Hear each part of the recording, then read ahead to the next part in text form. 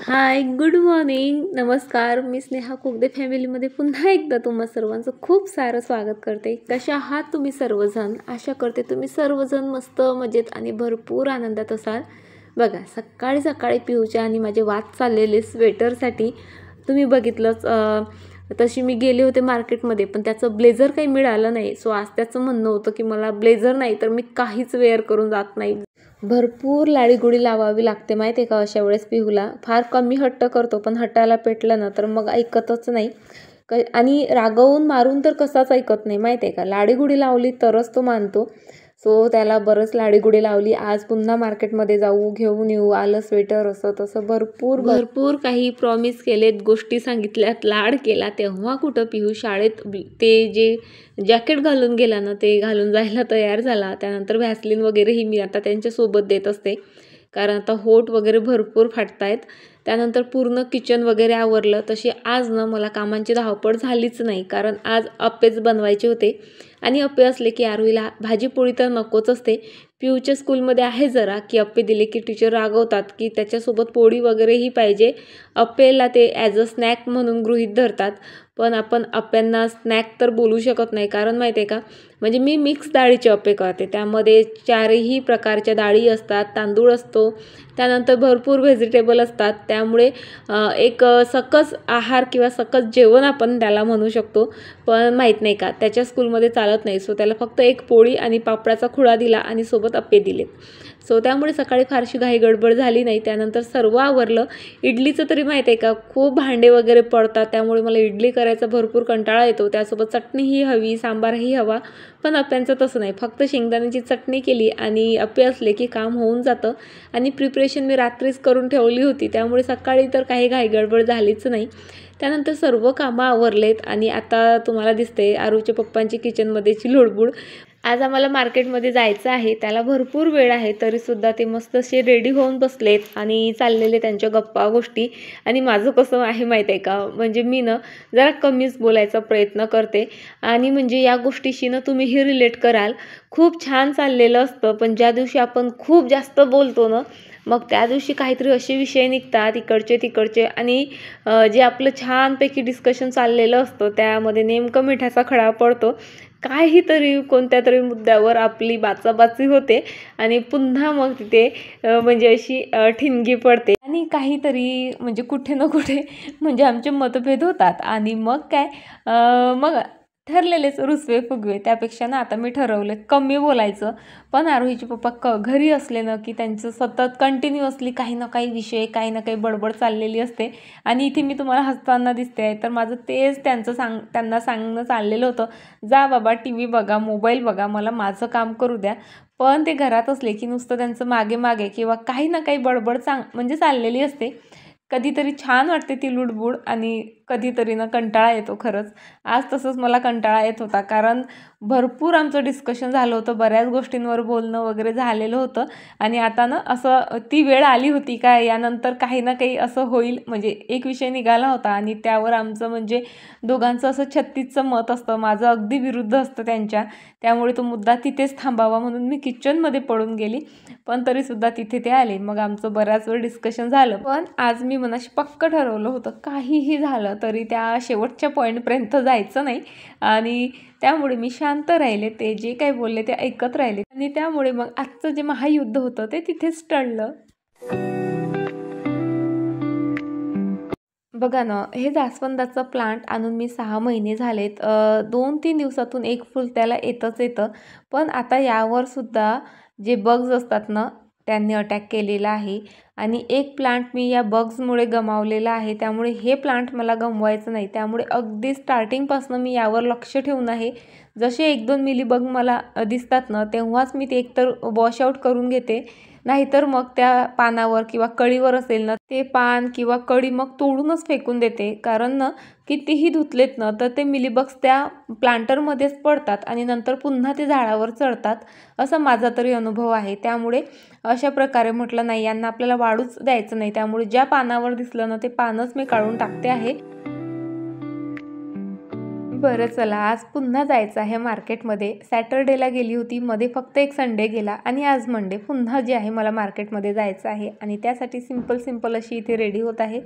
सर्व म्हणजे उलटं पलटं काम माझं इथे चाललेलं आहे. आधी बघा लिपस्टिक वगैरे लावून घेतली आणि आता जे आहे इथे सनस्क्रीन वगैरे मी लावते आहे. आणि हो, सनस्क्रीन जे आहे ना माझ्याकडे सध्या तरी लॅक्मेचं आहे आणि हे मला भरपूर आवडतं कारण हे ना टिंटेड आहे. म्हणजे हे सनस्क्रीन लावल्यानंतर म्हणजे फाउंडेशन किंवा इतर गोष्टी जे आहे यूज करायची सहसा गरज पडत नाही. हां, काही फंक्शन वगैरे असेल तर ठीक आहे, पण आपण असंच थोड्या वेळासाठी बाहेर चाललो आहे अशा वेळेस आपण कधीतरी म्हणजे CC क्रीम वगैरे लावतो बघा. पण हे एकच सनस्क्रीन जरी यूज केलं ना तरी मग फाउंडेशन, CC क्रीम वगैरे वगैरेची काहीही गरज पडत नाही. चला, आता मी मस्त रेडी झाले आणि ना आम्ही मार्केटमध्ये 3 वाजेस्तोवर म्हणजे पोचलो असतो ना तरीही चाललं असतं, कारण पिहूची शाळा 3 वाजता सुटते आणि त्याच्याच गोष्टी काही घ्यायच्या आहेत. सो त्याला घेतल्यानंतरच जी काही शॉपिंग आहे ती झाली असती, पण तरीसुद्धा आरोहीच्या पप्पांना घरी करमत नव्हतं म्हणून लवकर जे आहे मार्केटमध्ये घेऊन आलेत. मग आठवलं की आपल्याला पापड वगैरे संपलेत घरचे. सो आमच्याकडे ना म्हणजे अकोल्याची गोष्ट करते मी, जे वाशिम बायपास आहे तिथे जवळपास हे चांडक पापड म्हणून आहे. खूप छान पापड मिळतात आणि खूप वेगवेगळ्या प्रकारचे मिळतात. सो यामुळे मी आजकाल पापड बनवणंच बंद केलेत. 1-1 किलो घेऊन यायचे, संपले की पुन्हा आणायचे, असं जे आहे माझं चाललेलं असतं. सो इथनं पापड घेतले आणि हळद पण छान असते इथली. सो हळद घेतली. तरीही आमच्याकडे माहिती आहे का भरपूर वेळ बाकी होता आणि तो कुठे युटिलाइज करायचा, आता कुठे टाईमपास करायचा, त्यासाठी आम्ही इथे जी बाजारमध्ये आलेलो आहोत. हे नव्याने स्टार्ट झालं आहे. तुम्ही जर अकोल्याच्या आजूबाजूचे किंवा अकोल्याचे असाल तर वाशिम बायपासवर हा बाजार चालू झालेला आहे. अगदी डीमार्टसारखा आहे. डीमार्ट जास्त मोठं आहे आणि हे त्या मानाने जरा छोटं आहे.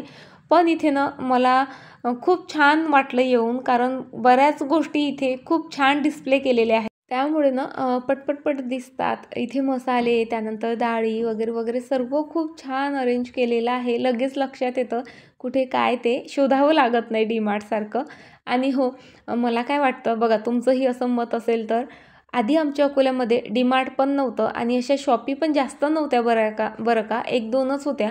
तेव्हा काय व्हायचं, म्हणजे आपली लिस्ट बनलेली असायची किराण्याची, किराणा दुकानात जायचं, जे लागते ते घ्यायचं किंवा एक्स्ट्राही काही हवं असलं तर मग लिस्ट बनवायची आणि ते घेऊन यायचं.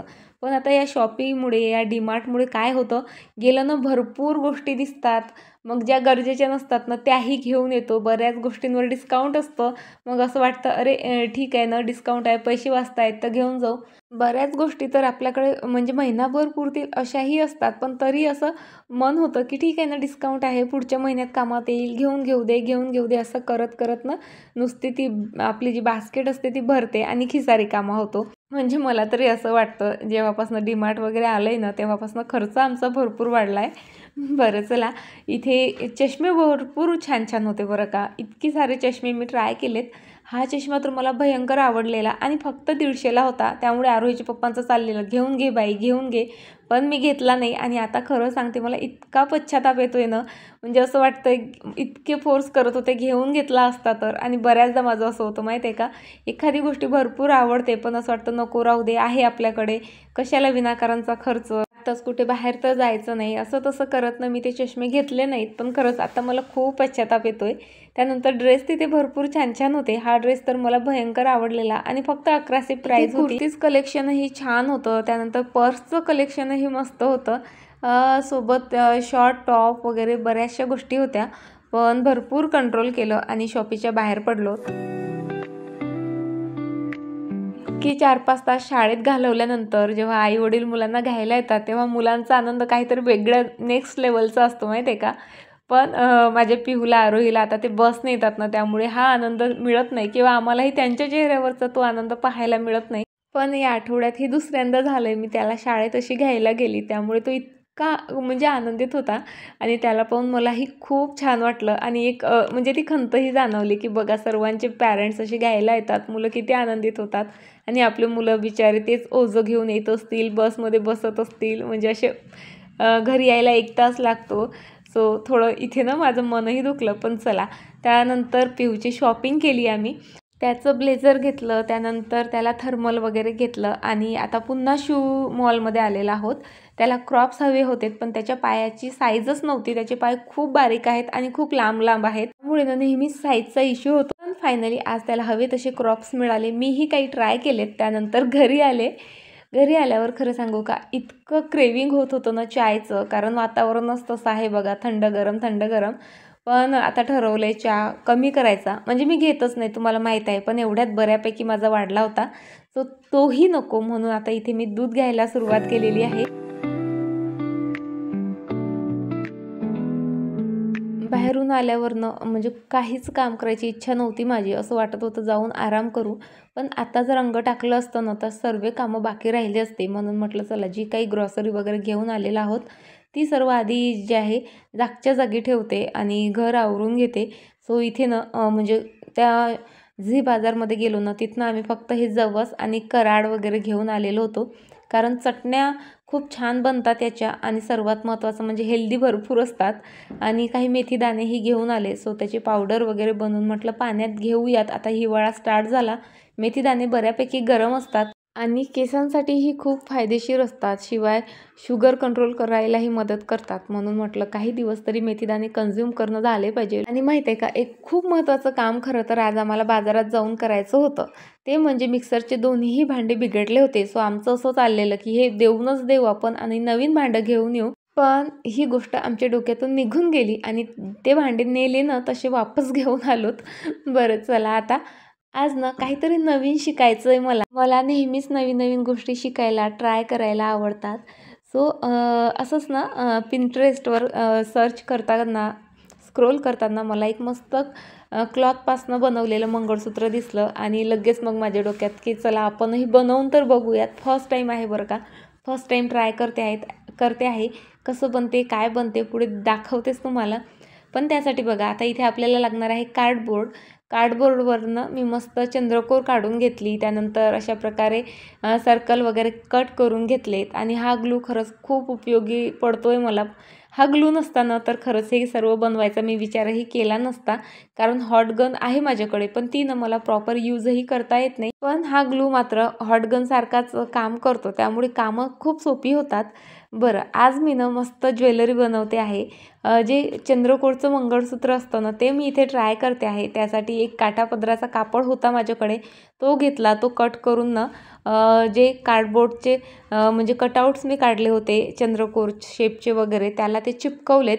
त्यानंतर ते कटआउटनं एकमेकांना असं धाग्याच्या मदतीने मी इथे शिवून घेते आहे. फर्स्ट टाईम ट्राय करते आहे, त्यामुळे भरपूर जास्त एक्सायटेड होती. जमते का नाही जमत हेही म्हणजे मनात होतं माझ्या. पण मला ना नेहमीच नवीन गोष्टी ट्राय करायला आवडतात. आयुष्यात ना आपण ती कामं केली तोपणा येतो आणि त्यामुळे मग भयंकर बोर होतं. आणि रिकामं डोकं तसंही शैतानाचं घर आहे असं म्हणतात. ते खरंच आहे. खूप निगेटिव्ह विचार येतात मग आपल्या म्हणजे बसल्या. सो त्यामुळे काहीतरी नवीन शिकत राहिलं पाहिजे, काहीतरी नवीन करत राहिलं पाहिजे, असा जो आहे माझा प्रयत्न असतो. गार्डनिंगचं तर म्हणजे माझे नवीन प्रयोग चाललेलेच असतात. छान प्लांटर बनवणं काय, वेगवेगळे प्लांट्स गोळा करणं काय, तुम्ही बघतातच. पण त्यासोबत आणखीही नवीन काही शिकायला मला आवडतं. सो त्याच प्रयत्नातून हे सुंदर असं चंद्रकोरचं मंगळसूत्र बघा मी इथे बनवून तयार केलेलं आहे. म्हणजे खरं सांगू का, हे बनवायला घेताना मलाच असं वाटलं नव्हतं की हे मला जमेल. कारण खूप वेगळा विषय आहे. म्हणजे मला पेंटिंग वगैरे हे सर्व गोष्टी भरपूर आवडतात. पण असं काहीतरी DIY मंगळसूत्र किंवा मग म्हणजे ही जी DIY ज्वेलरीज वगैरे आहेत बघा, ह्या गोष्टीनं कधी करायचा प्रयत्न केलेला नाही मी. पण या नवरात्रापासून जेव्हा ते पहिलं ब्रेसलेट बनवलं ना तेव्हा मला कॉन्फिडन्स आला की नाही आपण ह्याही गोष्टी ट्राय करू शकतो. आणि तसंही रिकामच बसलेलं असतो ना तर नवीन ट्राय केलं तर आपला वेळही चांगला जातो, काहीतरी नवीन शिकायलाही मिळतं आणि काहीतरी नवीन घालायलाही मिळतं. बघा ना किती सुंदर दिसतंय ना मंगळसूत्र. खरं तर मला आता इथे वाटत होतं की छान एखादी काठापदराची ही म्हणजे ग्रीन कलरची साडी घालावी, त्यासोबत हे मंगळसूत्र वेअर वगैरे करून तुम्हाला दाखवावं. पण तुम्ही बघितलं ना पूर्ण दिवस मार्केटमध्ये घालवल्यानंतर खरंच आता भरपूर कंटाळा आला होता. त्यामुळे विचार केला जाऊ देत, साडी वगैरे वेअर केल्यापेक्षा छान जो ड्रेस वेअर केलेला आहे त्यावरच हे मंगळसूत्र तुम्हाला घालवून दाखवते. कसं दिसतंय मंगळसूत्र. पहिलाच प्रयत्न होता, त्यामुळे 10 आउट ऑफ किती मार्क द्याल तुम्ही माझ्या मंगळसूत्राला ते मला पाहायचं आहे आता. सो नक्की कमेंट करून सांगा. आरू बोल लवकर, कसं दिसते बघ माझं नवीन मंगळसूत्र आणि earrings. You really think it is looking good? का बरं छान नाही दिसत आहे? नाही बिलकुल नाही. काय खराबी आहे यामध्ये? त्याची साईज केवढी, तुझा कान केवढा. चल बाय. पंखुडी इकडे, पंखुडी कमी आहे.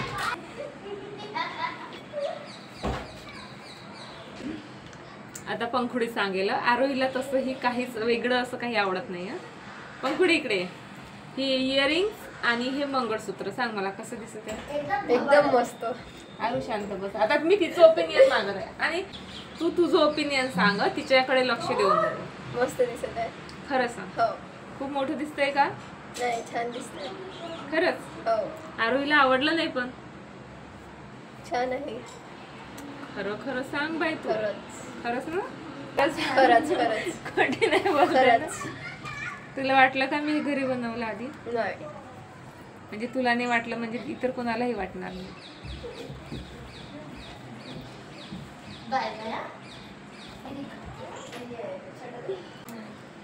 माझ्या आरोहीला ना म्हणजे अगदी सर्व काही नाजूक नाजूक लागतं. तुम्ही बघितलं असेल तिच्या कानात गळ्यात कधी कधी काहीच नसतं, अगदी सिम्पल राहते ती. त्यामुळे तिला अशा गोष्टी फारशा आवडत नाहीत.